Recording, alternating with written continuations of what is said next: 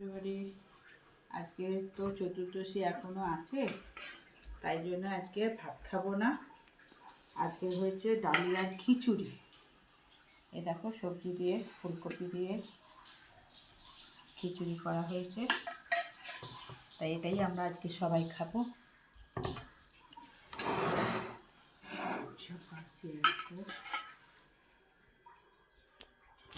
তার সঙ্গে খিচুড়িটা কেমন গন্ধ হচ্ছে বল? ভালোই গন্ধ বেশ। ফুলকপি দিয়েছো? হ্যাঁ, আজকে বাবা করেছে। বাবা করেছে? হ্যাঁ,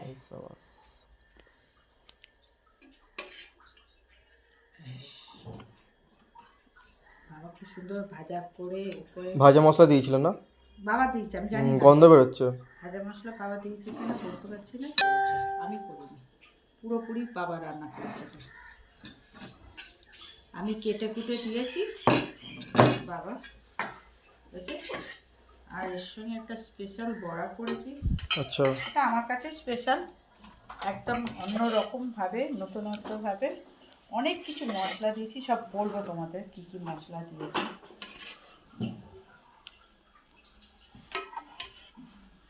বাবা পাতা ফুলকপি পড়েনি, তোর পাতা ফুলকপি পড়েছে?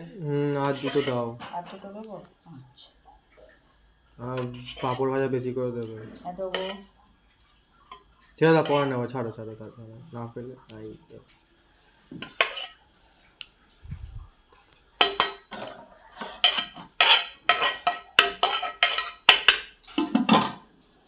এই হচ্ছে আমার স্পেশাল বড়া।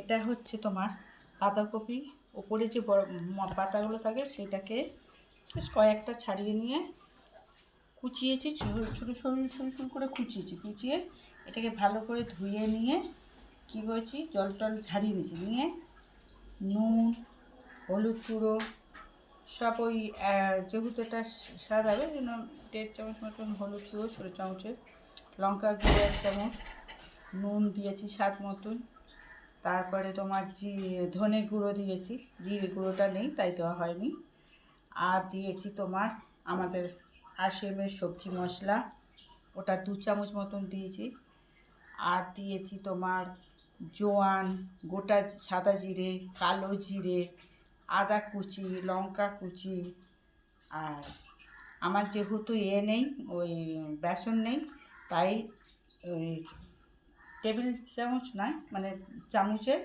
3 চামচ দিয়েছি, হাত মুঠো করে দু মুঠো সুজি দিয়েছি, আর দিয়েছি ছাতু, অল্প পরিমাণে ছাতু দিয়েছি, দিয়ে মাখিয়ে করেছি। আমার ছেলে ভাজতেই 4-5টা খেয়েছে, বলছে হেভি হয়েছে মা।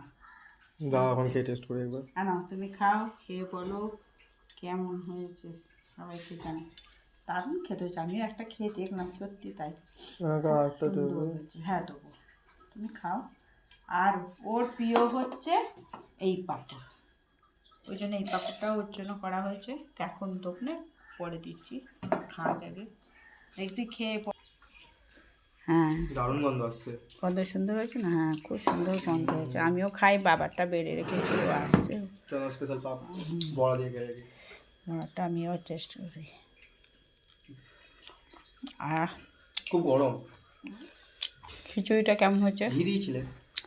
আমাদের রাইস অয়েল দিয়েছি ওপর দিয়ে, না আবার আমরা রাইস অয়েল দিয়ে দিয়েছি, আর ওটা পুরোটাই রাইস অয়েল দিয়েই হয়েছে। রাইস অয়েলটা তো এমনিতে তোমার কাঁচাতে ঘি গন্ধ লাগে, দারুণ।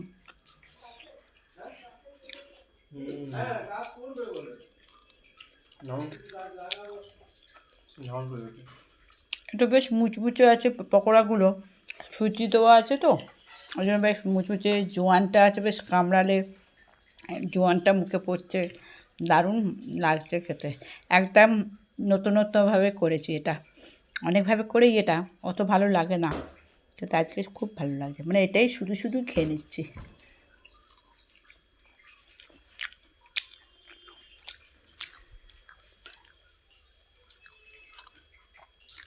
হয়েছে, টাটা, বাই।